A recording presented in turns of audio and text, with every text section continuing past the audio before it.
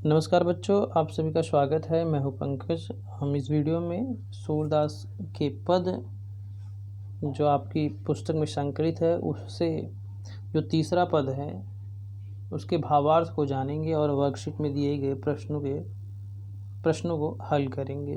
तो सबसे पहले हम इसका भावार्थ जान लेते हैं।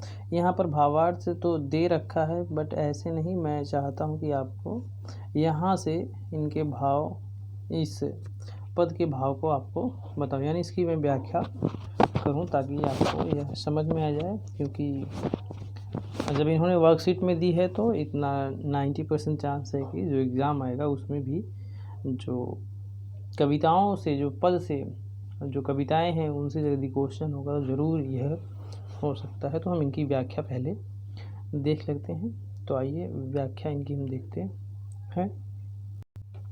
ये थोड़ा यहाँ बड़ा सा दिख रहा है तो हम यहीं से इसके भावार्थ को समझ लेंगे। प्रसंग आइए देखते हैं क्या है। प्रसंग यह है कि जो उद्धव हैं वह कृष्ण का संदेशा लेकर के आते हैं। जैसा कि आपको पता है कि जब कृष्ण गोकुल छोड़ करके मथुरा चले जाते हैं तो जो गोपिकाएं हैं वो उनसे बिछड़ने, उनके वियोग में बहुत दुखी रहती हैं। तो कृष्ण को यह पता चलता है तो वो उद्धव के द्वारा संदेश भेजते हैं, जाकर के उनको समझाओ वो मुझे भूल जाएं और अपना जीवन यापन अच्छे तरीके से करें। तो उद्धव आते हैं, उन्हें ज्ञान योग की शुष्क योग साधना का उपदेश देते हैं, निर्गुण ब्रह्म की उपासना का उपदेश देते हैं। तो गोपिकाओं को ये चीज़ें अच्छी नहीं लगती हैं और वे उद्धव से कहते हैं कि हमने तो अपने हृदय में कृष्ण को बसा लिया है, अब किसी और की जगह नहीं है। तो बहुत सारी बातें गोपिकाएं कहती हैं। उसी क्रम में यहाँ पर भी इस पद में भी कुछ गोपिकाएं कह रही हैं। आइए उसको देखते हैं क्या है।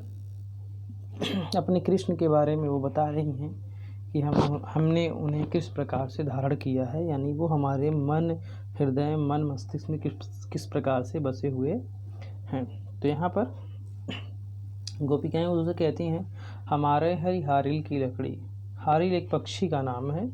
हारिल एक पक्षी है जो सदैव, ऐसा कहा जाता है कि वह अपने पैरों में, अपने पंजों में एक लकड़ी के टुकड़े को धारण करता है। यदि उसे ज़मीन पर भी बैठना है तो वो लकड़ी को अपने पैरों में, अपने पंजों में पकड़ करके ही नीचे आएगा। ज़मीन पर यानी कभी बैठता नहीं, यानी वो अपने से कभी भी लकड़ी को अलग नहीं करता है। एक तरह से कहा जाए तो हारिल पक्षी का जो आधार है वह है लकड़ी है।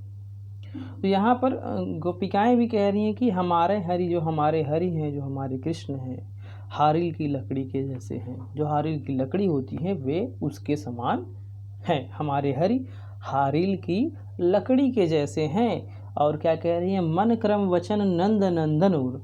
हमारे मन में, हमारे क्रम यानी कर्म में, वचन में, वाणी में, बातचीत में नंद नंदन उर। नंद नंद बाबा के पुत्र नंदन, और हमारे हृदय में कृष्ण बसे हुए हैं, कान्हा बसे हुए हैं। और यह दृढ़ करी पकड़ी, और हमारे इस हृदय ने उस हारिल की लकड़ी जैसे जो हमारे हरि हैं, हमारे हरि हैं, उनको दृढ़ पूर्वक पकड़ रखा है। दृढ़ करके, दृढ़ यानी कस करके पकड़ रखा है। जिस प्रकार से हारिल पक्षी लकड़ी को नहीं छोड़ता है, ठीक उसी प्रकार से हमने भी पकड़ रखा है। अर्थात जिस प्रकार से हारिल पक्षी का आधार लकड़ी है, ठीक उसी प्रकार से हम गोपिकाओं के आधार कृष्ण हैं। ठीक है।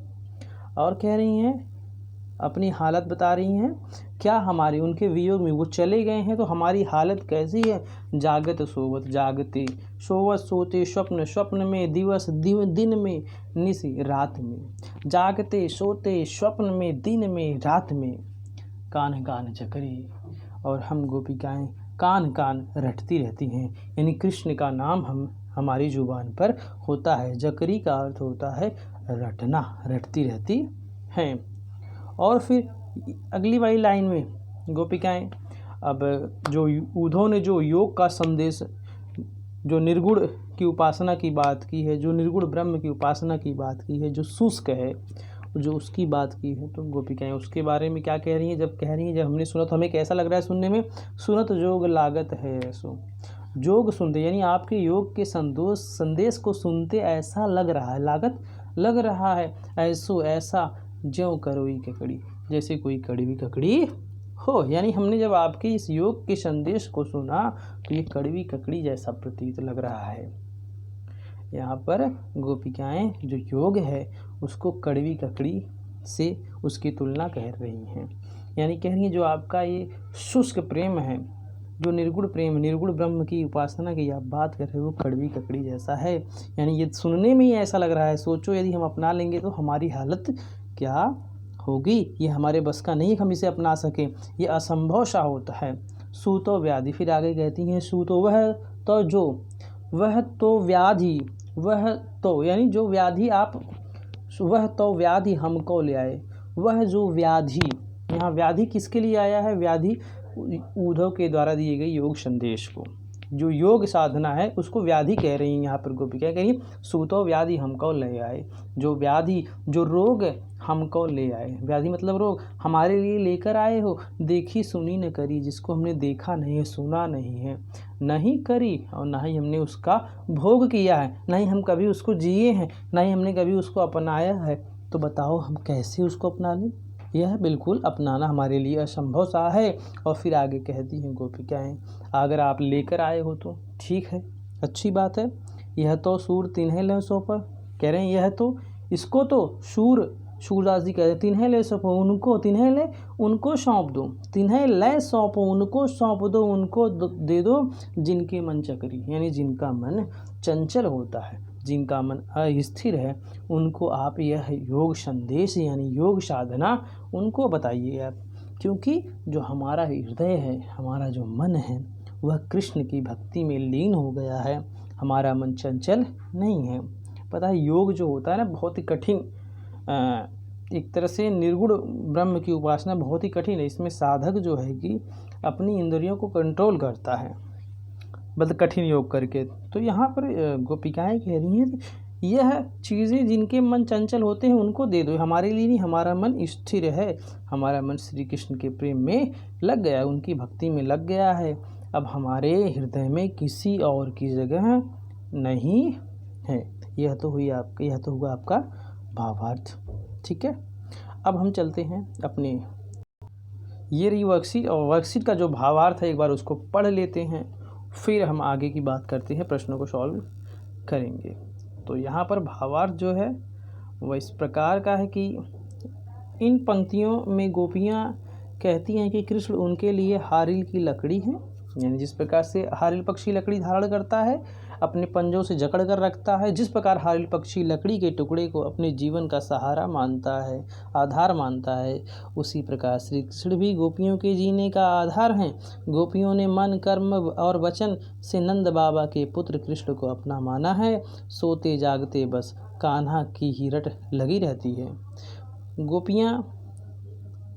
गोपियाँ उद्धव के संदेश को कड़वी ककड़ी बताती हैं, जिसे स्वीकार नहीं किया जा सकता। गोपियाँ उद्धव से कहती हैं कि योग नाम का रोग तो हमने पहले कभी न सुना न भोगा, यह तो उनको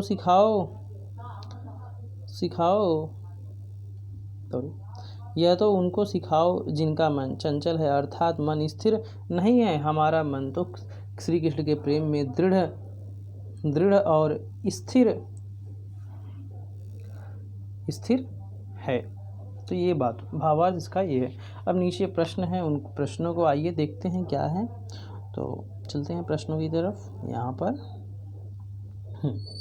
यहाँ पर पहला जो प्रश्न दिया गया है इसमें कहा जा रहा है कि निम्न शब्दों के अर्थ छांटिए, यानी कुछ शब्द दिए गए हैं और इधर शब्द हैं, इनके आपको अर्थ छांटने हैं, यानी एक तरह से मैच करना है आपको। जकरी है, जकड़ करके पकड़, रटना, जकरी का अर्थ है रटना। सु का अर्थ है वह, व्याधि यानी रोग, करी मतलब भोगना, तिनहि मतलब उनको, मन चकरी जिनका मन स्थिर नहीं रहता है, जिनका मन चंचल नहीं रहता है। अब आप मिला सकते हैं, आइए मिला देते हैं। यहाँ जकरी को आप मिला लीजिए, जकरी यहाँ पे, चलो मैं मैच करता हूँ। यहाँ जकरी है, जकरी का अर्थ होता है रटती रहती हैं, ये हो गया। सु का अर्थ है सु यानी ये वह, ठीक है।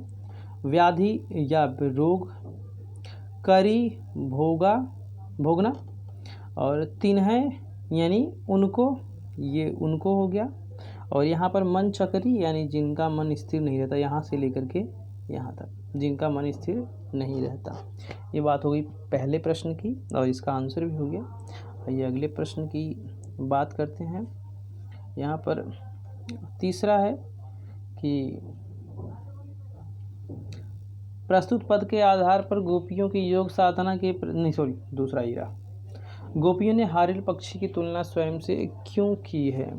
तो यहाँ पर आंसर इसका हो जाएगा कि गोपियों ने हारिल पक्षी की तुलना स्वयं से इसलिए की है क्योंकि जिस प्रकार से हारिल पक्षी लकड़ी को अपना आधार मानता है, अपने जीवन का सहारा मानता है, ठीक उसी प्रकार से गोपियाँ भी अपने जीवन का सहारा श्री कृष्ण को मानती हैं। प्रश्न ये इसका आंसर हो गया। तीसरा है प्रस्तुत पद के आधार पर गोपियों की योग साधना के प्रति दृष्टिकोण के बारे में लिखने का प्रयास कीजिए। यानी जो योग साधना के बारे में गोपियों का क्या दृष्टिकोण है, आपको यह करना है। तो मैं आपको इसका एक आंसर दिखा देता हूँ, क्या लिखा हुआ है, वहाँ से आप कर लेना। यहाँ पर देखिए वह प्रश्न, उस प्रश्न का आंसर ये रहा और इसमें प्रस्तुत पदों के आधार पर गोपियों का योग साधना के प्रति दृष्टिकोण स्पष्ट करें। प्रस्तुत पदों के आधार पर स्पष्ट है कि गोपियां योग साधना को नीरस, व्यर्थ और अवांछित मानती हैं। गोपियों की दृष्टि में योग उस कड़वी ककड़ी के समान है जिसे निगलना बड़ा ही मुश्किल है, यानी अपनाना मुश्किल है।